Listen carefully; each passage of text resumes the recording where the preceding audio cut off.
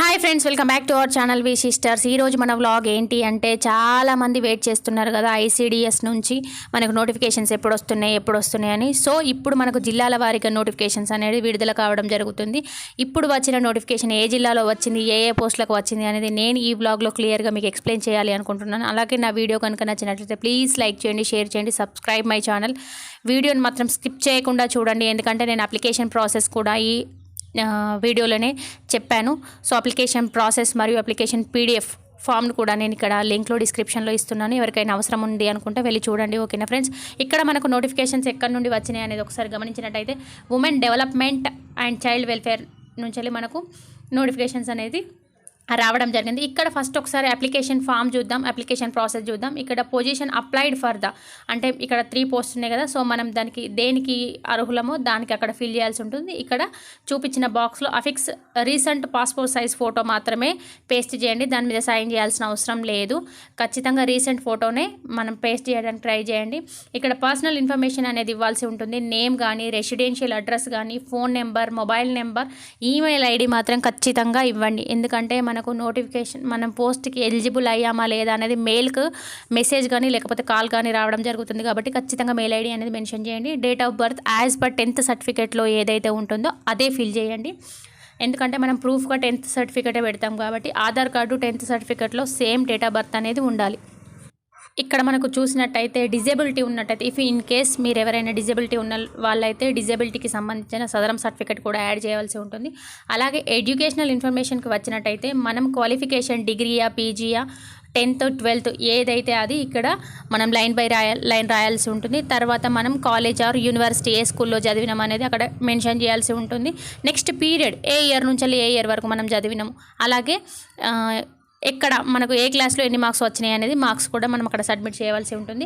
ఇక్కడ చూసినట్టయితే topic of learning training, మనం ఏదైనా న్యూట్రిషన్ కోర్సు చేసి ఉన్నామా లేకపోతే ఐసీడీఎస్కి సంబంధించిన స్పెషల్ కోర్సెస్ ఏదైనా చేసి ఉన్నామా అక్కడ ఫిల్ చేయాల్సి ఉంటుంది. ఇక్కడ మనకు మనం ఇంతకుముందు ఏదైనా ప్రీవియస్గా ఎక్కడైనా ఎక్స్పీరియన్స్ చేసి ఉన్నామా అంటే జాబ్ పరంగా కాంట్రాక్ట్ బేస్లో కానీ మనం ఎక్కడైనా జాబ్ చేసి ఉన్నామా అనేది మనకి ఎంత ఎక్స్పీరియన్స్ ఉంది అనేది ఇక్కడ మనం ఈ కాలంలో మెన్షన్ చేయాల్సి అనేది ఉంటుంది. ఇక్కడ వర్క్ ఎక్స్పీరియన్స్ ఎన్జిఓస్ కానీ గవర్నమెంట్ డిపార్ట్మెంట్తో ఉన్న కాంటాక్ట్ బేస్ జాబ్స్ ఉంటాయి కదా. సో వాటన్నింటిలో మీరు ఏదైనా చేసి ఉన్నారా, ఒకవేళ ఇక్కడ చూడండి మే వి కాంటాక్ట్ యువర్ ప్రజెంట్ ఎంప్లాయర్ అంటే మనం ఒకవేళ వాళ్ళని కాంటాక్ట్ కావాలి, మీరు ఆల్రెడీ పనిచేసిన సంస్థను కాంటాక్ట్ కావాలా, ఎస్ఆర్ నో అనేది మీరు ఇక్కడ మెన్షన్ చేయాల్సి ఉంటుంది. ఒకవేళ మీకు కంప్యూటర్ స్కిల్స్ కనుక ఉంటే అది ఎలా ఉంది అంటే స్కిల్ ఇన్ యూజింగ్ కంప్యూటర్ అంటే ఎక్సలెంట్గా ఉందా, గుడ్గా ఉందా, యావరేజ్గా ఉందా, అసలు ఎట్లాంటి కంప్యూటర్ ఎక్స్పీరియన్స్ అనేది లేదా అనేది ఇక్కడ ఖచ్చితంగా మెన్షన్ చేయండి. ఎందుకంటే కంప్యూటర్ ఎక్స్పీరియన్స్ అనేది మనకు కొంచెం హెల్ప్ అవుతుంది. కాబట్టి ఇక్కడ నేను కంప్లీట్గా మనకేమన్నా ఇక్కడ వెరిఫై ఇంకొకసారి చదువుకొని మీరు సైన్ చేస్తే సరిపోతుంది. ఇక్కడ మనకు నోటిఫికేషన్ ఎక్కడి నుంచి వచ్చింది ఒకసారి చూడండి. అఫీషియల్ వెబ్సైట్ నుంచి నోటిఫికేషన్ అనే ఉంది. ఆగస్టు 2వ తారీఖున మనకు ఈ నోటిఫికేషన్ అనేది రావడం జరిగింది. Women development and child welfare department నుంచి. ఇక్కడ రిక్రూట్మెంట్ ఫర్ పోస్ట్ చూసినట్టయితే ఎక్కడ అంటే మనకు ఒకటి అండర్ మిషన్ వాత్సల్య స్కీమ్లో మనకు ఒక నోటిఫికేషన్ అనేది రావడం జరిగింది. ఇక్కడ మనం పోస్టుల గురించి చూసినట్టయితే name of the institution office ఎక్కడ women child and welfare employment office నుంచి చూసినట్టయితే డిస్ట్రిక్ట్ కోఆర్డినేటర్ ఎట్ డిస్ట్రిక్ట్ లెవెల్లో మనకు శాలరీ అనేది 30,000 అనేది ఉంటుంది. నెక్స్ట్ ప్రాజెక్ట్ అసిస్టెంట్ అనేది డిస్ట్రిక్ట్ లెవెల్లోనే ఉంటుంది. అక్కడ మనకు శాలరీ అనేది 18,000 ఉంటుంది. అలాగే ప్రాజెక్ట్ కోఆర్డినేటర్కి 20,000 జీతం అనేది ఉంటుంది. సో ఇక్కడ బ్లాక్ ప్రాజెక్ట్ కోఆర్డినేటర్ కింద మనకి 6 పోస్టులు అనేటివి ఉన్నవి. అది ఒకసారి చూడండి. మనకు రిజర్వేషన్ వారీగా ఇక్కడ పోస్టులు అనేటివి ఉన్నాయి. మొత్తం 8 పోస్టులకు అనేది ఇక్కడ మనకు నోటిఫికేషన్ అనేది రావడం జరిగింది. సో ఎవరైతే క్యాస్ట్ రిజర్వేషన్ పర్సన్స్ ఉన్నారో వాళ్ళు ఒకసారి చూసుకొని చెక్ చేసుకొని అప్లికేషన్ అనేది చేసుకోండి. ఇక్కడ అఫీషియల్ వెబ్సైట్ అనేది ఉంది, చూడండి. కావాలంటే క్లియర్గా డీటెయిల్స్ అనేది వస్తాయి. ఓకేనా ఫ్రెండ్స్, ఇక్కడ మనం డిస్ట్రిక్ట్ కోఆర్డినేటర్ కావాల్సిన ఎక్స్పీరియన్స్ అనేది ఒకసారి చూద్దాం. ఎడ్యుకేషన్ క్వాలిఫికేషన్ అనేది ఒకసారి చూద్దాం. ఇక్కడ మనకు ఏజ్ రిలాక్సేషన్ అనేది 25 నుంచి 42 ఇయర్స్ వరకు ఉంది. Graduate certificate diploma in computer సైన్స్లో ఖచ్చితంగా మీరు కంప్యూటర్ సైన్స్లో ఉన్నట్టయితే మీకు ఈ జాబ్కి అనేది ఎలిజిబుల్ అవుతారు. అలాగే ప్రాజెక్ట్ అసిస్టెంట్ కోసం మనకు చూసినట్టయితే 2 years experience working with the technology, అంటే ఐటీలో మీకు ఖచ్చితంగా ఎక్స్పీరియన్స్ అనేది ఉండాలి. బ్లాక్ కోఆర్డినేటర్గా మీకు కావాలి అంటే 2 years ఎక్స్పీరియన్స్ అనేది కంపల్సరీ.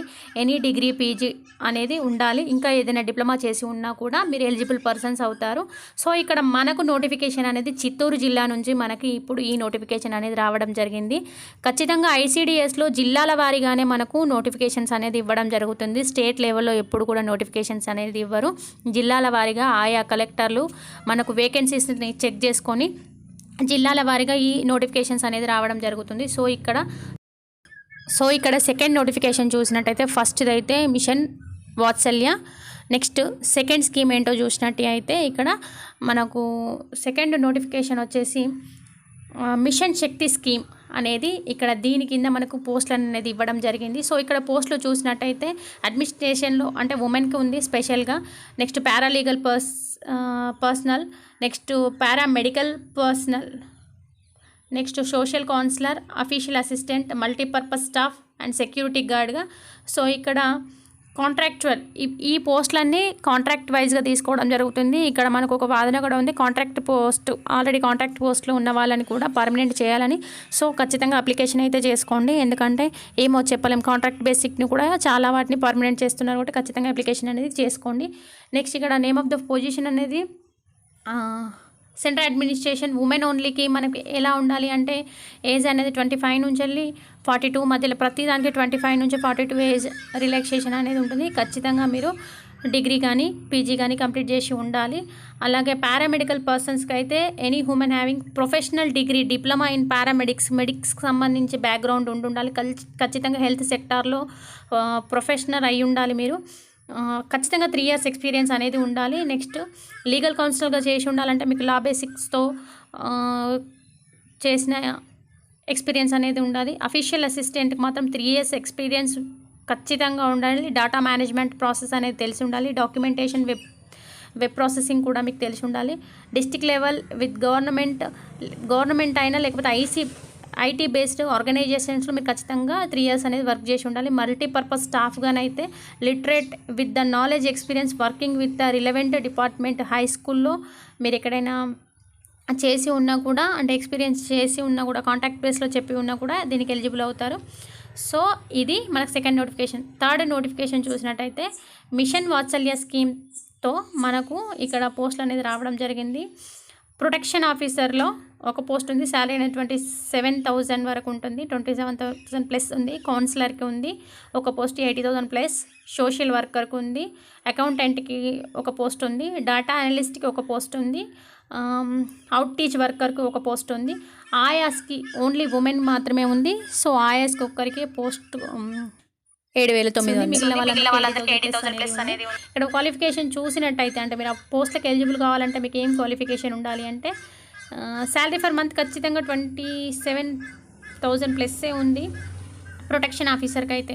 సో ఇక్కడ మీరు human right, public administration, psychology దేనిలోనైనా డిగ్రీ చేసి ఉండాలి.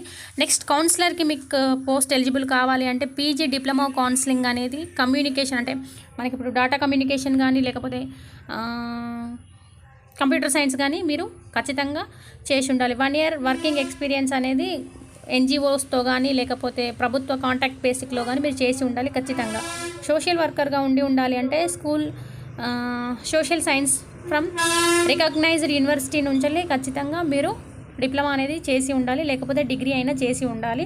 అకౌంటెంట్గా చేయాలి అంటే మీకు గ్రాడ్యుయేషన్ కామర్స్లో కంపల్సరీగా ఉండాలి.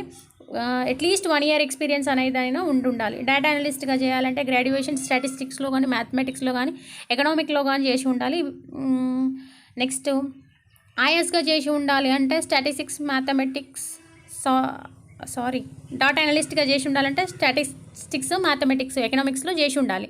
నెక్స్ట్ అవుటీచ్గా చేసి ఉండాలంటే 12th పాస్ కంపల్సరీ. నెక్స్ట్ ఆయాగా చేసి ఉండాలంటే షుడ్ బి ఎక్స్పీర్డ్ విత్ ద ఖచ్చితంగా మీరు 3 years ఎక్స్పీరియన్స్ అనేది any contact basic government minimum 1 year experience అనేది స్కూల్లో కానీ కాలేజ్లో కానీ చేసి ఉండాలి. సో ఇక్కడ ఆంధ్రప్రదేశ్ ప్రభుత్వం నుంచి నోటిఫికేషన్స్ అనేది రావడం జరిగింది. ఇక్కడ అప్లికేషన్ ఫామ్ చూసారు కదా, అప్లికేషన్ ప్రాసెస్ అనేది ఇక్కడ అర్హత నిర్ణయన ప్రమాణాల మరియు దరఖాస్తు ఫారంలను వెబ్సైట్ నుండి పొందగలరు. నేను మీకు కింద లింక్ అనేది ప్రొవైడ్ చేస్తాను, తీసుకోండి. ఇక్కడ మనం ఎప్పుడు పంపించాలి అంటే పని దినములలో మాత్రమే, సాయంత్రం 5 గంటల లోపు, ఆగస్టు 10వ తారీఖు లోపల మాత్రమే పంపించాలి. ఇక్కడ పంపించాల్సిన అడ్రస్ జిల్లా స్త్రీ మరియు శిశు సంక్షేమ మరియు సాధికారత అధికారిని వారి కార్యాలయం 2వ అంతస్తు అంబేద్కర్ భవనం కలెక్టరేట్ చిత్తూరు నందు సమర్పించగలరు. ఖచ్చితంగా ఒకసారి అడ్రస్ అనేది మళ్ళీ చూసుకోండి. కలెక్టరేట్ చిత్తూరు నందు 2వ భవనం 2వ అంతస్తు 2nd ఫ్లోర్లో ఉంది. ఆగస్టు 10వ తారీఖు లోపల మాత్రమే మీరు ఇది ఆన్లైన్ ప్రాసెస్ కాదు, ఆఫ్లైన్లోనే అప్లికేషన్ చేయాలి. నేను అప్లికేషన్ పీడిఎఫ్ కింద ఇస్తాను. సో అది డౌన్లోడ్ చేసుకొని మీరు ఫిలప్ చేస్తే సరిపోతుంది. సో ఖచ్చితంగా డేట్ అనేది ఒకసారి మంచిగా గుర్తుపెట్టుకోండి. ఇది అప్లికేషన్ ప్రాసెస్. ఖచ్చితంగా పని దినంలో మాత్రమే పంపించండి, ఎందుకంటే మనకు టైం అనేది చాలా తక్కువ ఇస్తారు. ఐసిడిఎస్ డిపార్ట్మెంట్లో 1 వీక్ 10 డేస్ అంతకంటే ఎక్కువ అస్సలు ఇవ్వరు. కాబట్టి మీరు వీలైనంత వరకు మనకు ఆగస్టు 10 లోపల అందే లోపల మీరు అప్లికేషన్ అనేది అక్కడ చేరేటట్టుగా మీరు చేయాల్సి ఉంటుంది. ఆఫీస్ అసిస్టెంట్ ఉద్యోగానికి మాత్రం కంప్యూటర్ పరీక్ష నిర్వహించి ప్రతిభ ఆధారంగా కనబరిచిన వారికి ఇంటర్వ్యూ నిర్వహించి నియామకాలు అనేది జరుపుతారు. దేనికి? ఆఫీస్ అసిస్టెంట్ ఉద్యోగానికి మాత్రమే. మిగిలిన వాటన్నింటికి ఎగ్జామ్స్ అనేటివి లేవు. మన మార్క్స్ మెరిట్ ద్వారా తీసుకొని తర్వాత ఇంటర్వ్యూ బేసిక్ మీద మనల్ని పోస్ట్ రిక్రూట్మెంట్ అనేది చేయడం జరుగుతుంది. కాబట్టి మీరు ఎవరైతే ఎలిజిబుల్ పర్సన్స్ ఉంటారో అప్లికేషన్ అనేది చేసుకోండి. Thank you for watching. Signing with Neeraja.